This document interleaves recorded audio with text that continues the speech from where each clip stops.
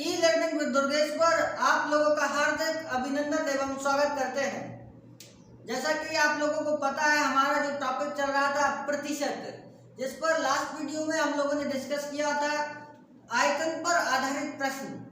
आज हम लोग डिस्कस करेंगे संख्या पर आधारित प्रश्न एग्जाम में किस प्रकार से पूछे जाते हैं, है ना। हर एक एग्जाम में संख्या पर आधारित प्रश्न से एक या दो क्वेश्चन आपको एग्जाम में देखने को मिलते हैं, है ना। उनको आज हम लोग डिस्कस करते हैं। संख्या पर आधारित प्रश्न आज का जो टॉपिक है हमारा, संख्या पर आधारित प्रश्न। संख्या पर आधारित प्रश्न कुछ बेसिक कॉन्सेप्ट होंगे, उन कॉन्सेप्ट को हम लोग क्लियर करते हैं, उसके बाद हम लोग क्वेश्चंस को सॉल्व कर रहे होंगे। जैसे कभी भी वो आपसे पूछ लेता है x का कितना प्रतिशत y है, x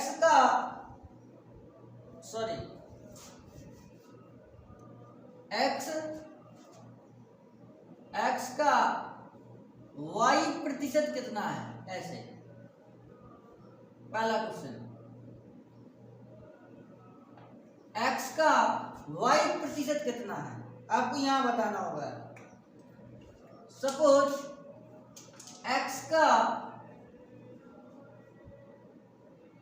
y प्रतिशत, x का y प्रतिशत, तो का मतलब होता है गुणा, का मतलब होता है गुणा, मल्टीप्लाई करना होगा आपको, है ना। का मतलब क्या है, गुणा।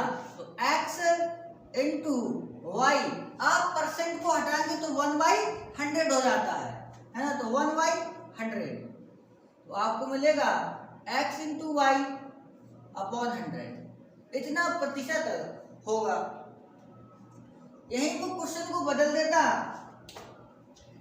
वो कह देता x y का कितना प्रतिशत है, कितना प्रतिशत है। अब देखिए उसने लैंग्वेज को घुमा दिया है ना। आपको लैंग्वेज को समझना होगा। क्वेश्चन जब भी आएगा आपको पहले लैंग्वेज को समझना होगा, वो किस टाइप से आपसे क्वेश्चन पूछ रहा है। वो कह रहा है x जो है वो y का कितना प्रतिशत है, तो x y का p प्रतिशत है, ये हमने लेट कर लिया। जो x है वो y का कितना प्रतिशत है, p प्रतिशत। तो x जो है वो y का कितना प्रतिशत, y का p प्रतिशत है। तो आप जानते हैं कि का मतलब होता है गुणा, तो y इंटू p अपॉन 100। अब आपको p की वैल्यू फाइंड आउट करना है, तो आप क्रॉस मल्टीप्लाई कर दीजिएगा, क्रॉस मल्टीप्लाई। तो आप जानते हैं कि y इंटू p इक्वल हो जाएगा x इंटू 100, और p इक्वल टू हो जाएगा x अपॉन y इंटू 100।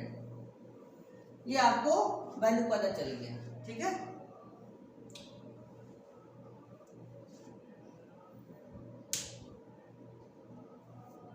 ऐसे भी क्वेश्चन पूछ सकता है, x का कितने प्रतिशत y है। बस लैंग्वेज का अंतर रहेगा आपका। x का कितने प्रतिशत y है, हमने मान लिया x का p प्रतिशत y है। x का p प्रतिशत y है, तो आप जानते हैं कि x into p upon 100 equal to y। Cross multiply कर देंगे आप लोग, तो क्या हो जाएगा, x इंटू p इक्वल हो जाएगा y इंटू 100, है ना। तो p की वैल्यू फाइंड करना, तो हो जाएगा y अपॉन x इंटू 100। जब भी आपसे क्वेश्चन पूछे तो आप लेट कर लीजिएगा। यदि आपको समझ में नहीं आ रहा है तो आप लेट कर लीजिएगा। जैसे जैसे आप प्रैक्टिस की ओर बढ़ेंगे तो आप लोगों को ये कॉन्सेप्ट जो होंगे वो डायरेक्टली आप फाइंड आउट कर रहे होंगे, है ना। जो भी कंपेयर करा रहा होगा y का, तो उसे नीचे रखेंगे, है ना। कितने के बराबर है उसे ऊपर रखेंगे, मतलब हर अंश में रखेंगे, और जिसका कितना प्रतिशत होगा उसे आप हर में रखेंगे और 100 से मल्टीप्लाई कर रहे हो। जैसे ये लिखा हुआ x का कितने प्रतिशत y है ना, y है तो y है कितना है, y को ऊपर रखा है। इसके किसके इक्वल है, x के इक्वल था तो x को हमने कहा अंश में रखा। किसके इक्वल है, y के इक्वल है तो हमने y को कहाँ रखा, अंश में रखा। अपॉन में हर में क्या रखा है, जिसका प्रतिशत है का कितने प्रतिशत है ना, जिसका प्रतिशत है उसे आप हर में रख रहे होंगे। ठीक है, आप इस टाइप से क्वेश्चन पूछता है। तो एक क्वेश्चन और पूछता है,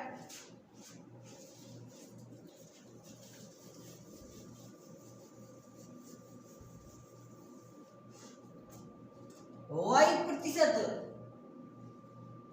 x प्रतिशत x प्रतिशत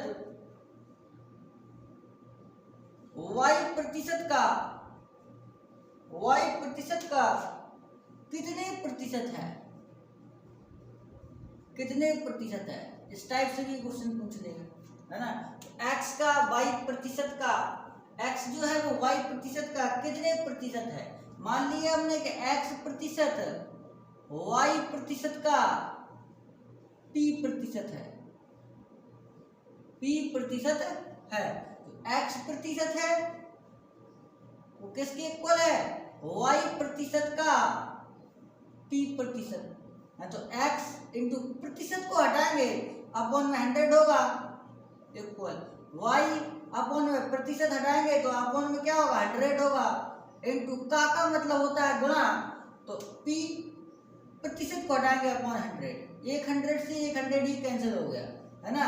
आपको p की वैल्यू फाइंड करना है तो आपको मिल जाएगा p equal to cross multiply कर दीजिएगा तो x अपॉन y इंटू में 100, x अपॉन y इंटू में 100 है ना। ये आपको बेसिक कॉन्सेप्ट थे, ये सारे के सारे कॉन्सेप्ट जो है वो आप लोग माइंड में सेट करके रखिएगा। आपको क्वेश्चंस में आपका ये सारे के सारे फार्मूले यूज हो रहे होंगे, कहीं ना कहीं इनका हमेशा रोल रहता है, आप लोग नोट कीजिए।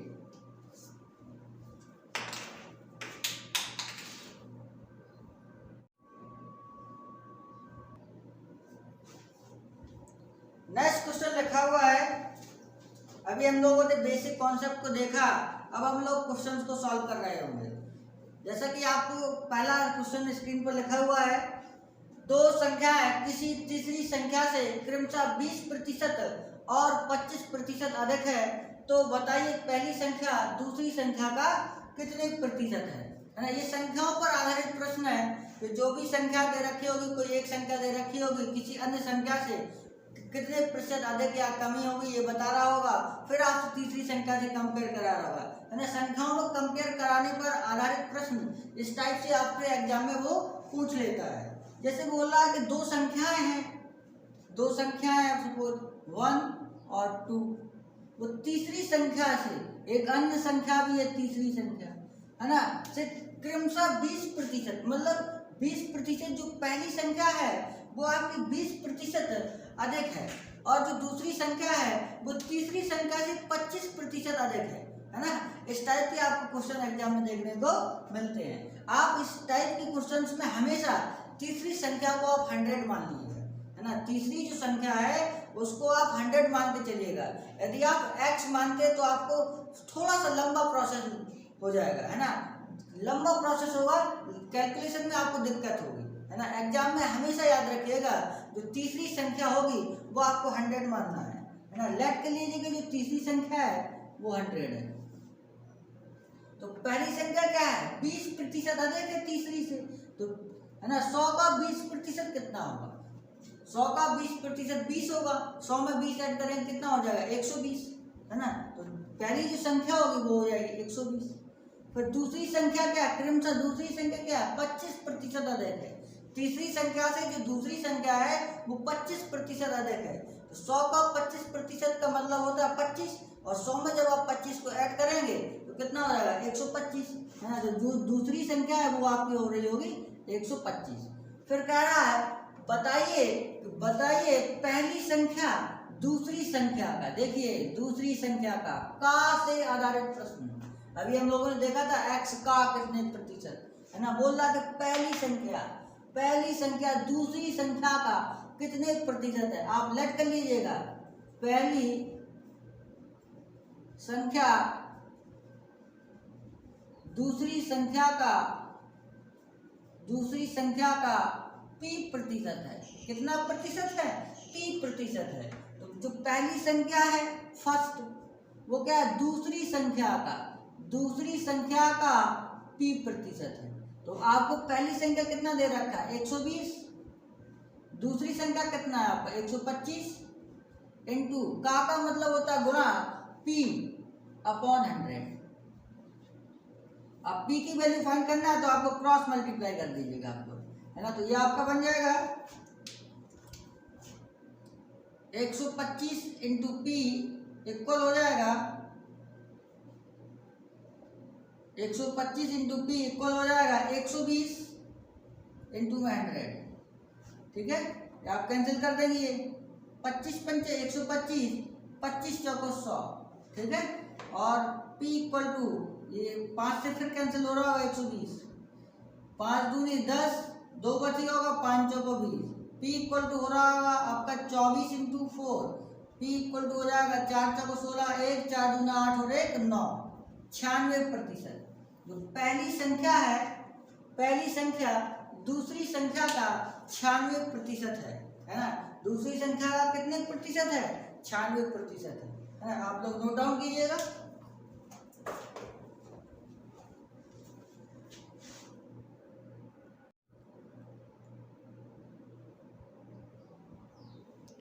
अगला क्वेश्चन लिखा हुआ है,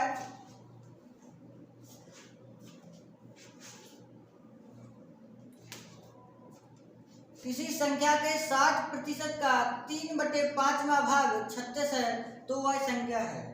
ये क्वेश्चन जो है आपका यूपी टेट 2017 में ये क्वेश्चन पूछा गया है ना।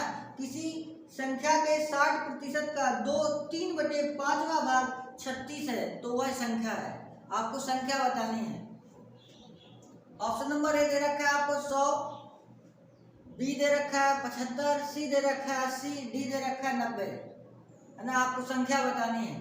मान लीजिएगा संख्या जो है वो x है, संख्या जो है वो है x है, संख्या x है। वो कह रहा है कि संख्या के 60% का 60%, ये संख्या है, संख्या का 60%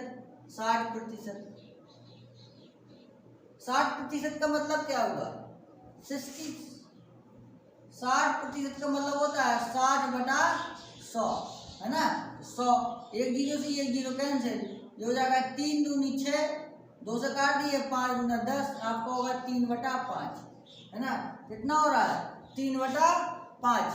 कहने का मतलब 60% का मतलब होता है 3/5,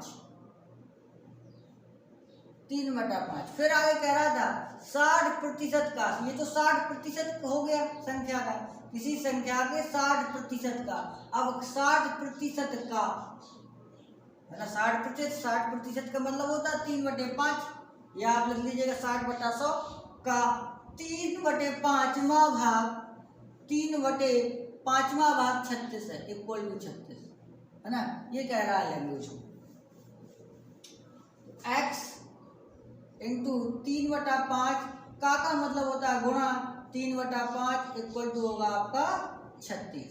ठीक है, तो ये और होगा आपका कैंसिल, 12 तिया 36, ये कैंसिल हो जाएगा, 4 तिया 12, x अपॉन 25 5 25 इक्वल हो जाएगा 4, क्रॉस मल्टीप्लाई कर दीजिएगा तो हो जाएगा आपका 25 चौको 100, क्योंकि 25 इंटू 4 यानी कि 100, 25 चौको 100। जो संख्या होगी वो आपकी कितनी आ रही है, 100। ऑप्शन नंबर ए आपका सही है, ऑप्शन नंबर आपका ए सही है। 60% का मतलब हमने पता कर लिया कितना होता है, 60/100 कैंसिल करेंगे तो आएगा आपका 3/5, है ना। बोल रहा था कि किसी संख्या का 60%, तो 60% तो यही बन गया 3/5। फिर आगे कह रहा है का 3/5, 60% का 3/5, 60% का 3/5 किसके इक्वल है, 36 के इक्वल है। तो आपको संख्या में नोट कीजिए आप लोग। ये यूपी टेट 2017 में पूछा गया क्वेश्चन है, संख्याओं पर आधारित प्रश्न चल रहे हैं हमारे।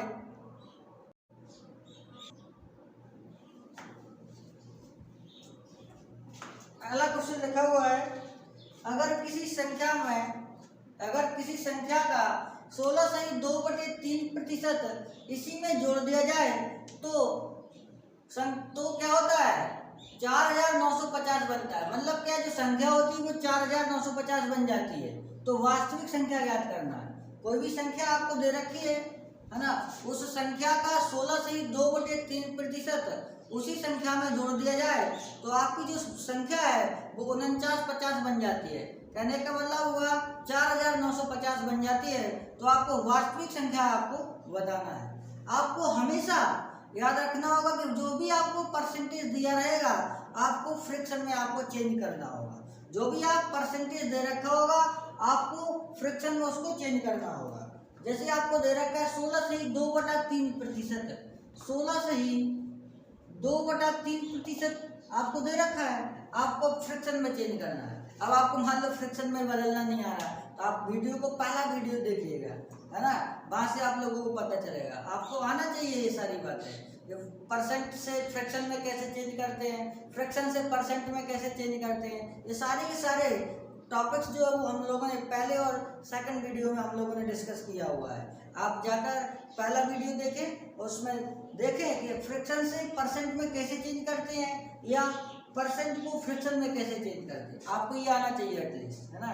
जब भी आप लोग क्वेश्चन को बना पाएंगे, अदरवाइज आप क्वेश्चन को नहीं बना पाएंगे ना। 16/2/3%, 16/2/3% का मतलब होता है 16×3 = 48, 2 50/3%।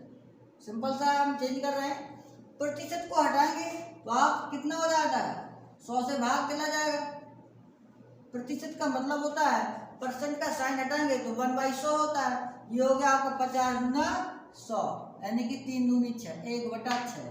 16/2/3% का मतलब होता है 1/6, है ना, 1/6। ये आपकी संख्या होगी, ये वास्तविक संख्या मान लीजिए। और कितना जोड़ा गया, 1 जोड़ा गया, 1 जोड़ दिया गया तो संख्या कितनी बन गई। अगर 6 में 1 जोड़ देंगे तो आपकी जो संख्या होगी वो 7 यूनिट हो रही होगी। जो भी संख्या है वो 7 यूनिट हो जाएगी। वो किसकी इक्वल है, कितना बन जाती है ना, 4950, 4950 बन जाती है, 4950 बन जाती है। तो 1 यूनिट की किसकी इक्वल आएगा, 4950/7। कैंसिल कर देंगे, 7×7 = 49, 7 बार गया, फिर 5 में भाग नहीं जाएगा, 0 बढ़ाएंगे आप लोग, फिर 7×7 = 49। सॉरी, ये संख्या कुछ गड़बड़ दे रखा है।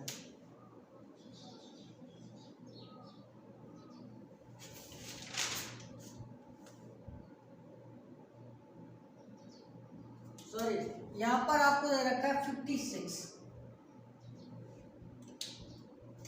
यहाँ पर आपको दे रखा है 56, ये आपका 56 है ना, 4956। ठीक है, तो ये आप कैंसिल हो जाएगा, 4956/7 ये कैंसिल होगा तो 7×7 = 49, 5 में भाग नहीं जाएगा तो आप 0 बढ़ा लेंगे, 7×8 = 56, है ना, 708, है ना। 1 यूनिट के बराबर 708 है तो 6 यूनिट संख्या है। तो आपकी जो वास्तविक संख्या है वो कितनी यूनिट है, वास्तविक संख्या है आपकी 6 यूनिट, है ना। तो 6 यूनिट किसके इक्वल होगा, 708 × 6। वास्तविक जो संख्या वो 6 यूनिट है। 1 यूनिट बराबर है 708, तो 6 यूनिट के बराबर कितना होगा, है ना। ऐसे भी सीख सकते हैं, 1 यूनिट बराबर इतना, तो 6 यूनिट इक्वल कितना होगा, 6 यूनिट इक्वल होगा 6 × 708। कैंसिल कर रहे होंगे, 8×6 = 48, 7×6 = 42। ये होगी आपकी वास्तविक संख्या। वास्तविक संख्या कितनी है, 6 यूनिट थी, तो वास्तविक संख्या हो गई आपकी 4248, है ना। आप क्वेश्चन को सही कर लीजिएगा, वहां पर 50 ना होकर आपको 56 दे रखा है, 4956 दे रखा है, आप लोग नोट कीजिए।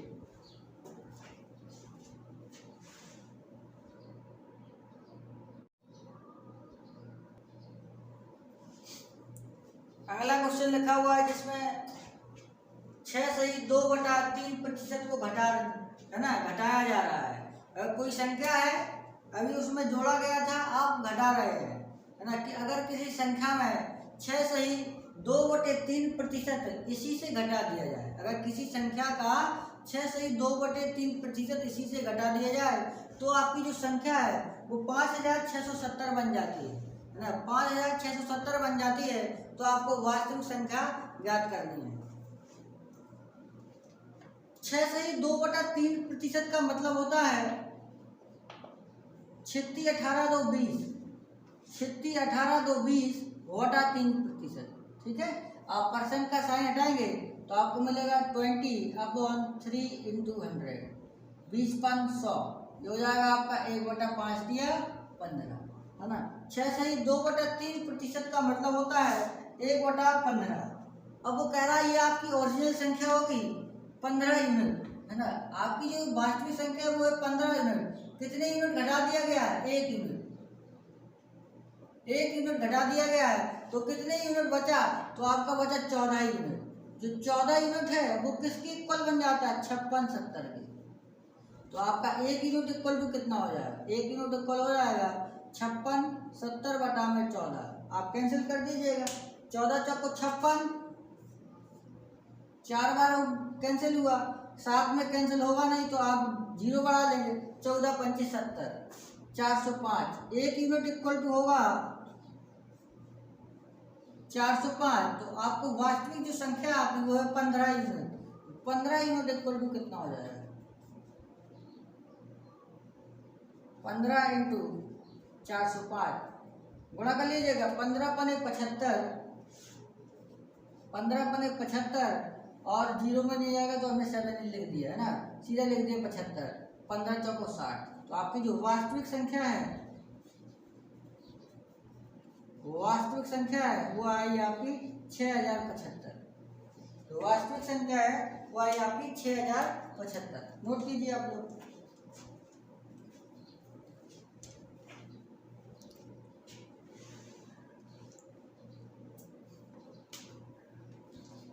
कहीं भी कोई भी दिक्कत हो आप लोग हमें कमेंट सेक्शन में जरूर बताएं। जो भी प्रॉब्लम होती है क्वेश्चंस में, या किस टाइप के क्वेश्चन और कराया जाए या उच्च लेवल के क्वेश्चन कराया जाए, आप लोग कमेंट सेक्शन में जरूर बताया करें, है ना। वीडियो आप लोगों को अच्छा लगे तो लोगों तक शेयर करें, है ना, चैनल को सब्सक्राइब करें। आप कमेंट सेक्शन में जरूर बताएं प्लीज़। आप लोग कमेंट सेक्शन में नहीं बताते हैं या आपको कहाँ पर कोई प्रॉब्लम हुई या किस टाइप की और क्वेश्चंस को हम लोगों को करना है ना, आप कमेंट सेक्शन में जरूर बताएं। धन्यवाद।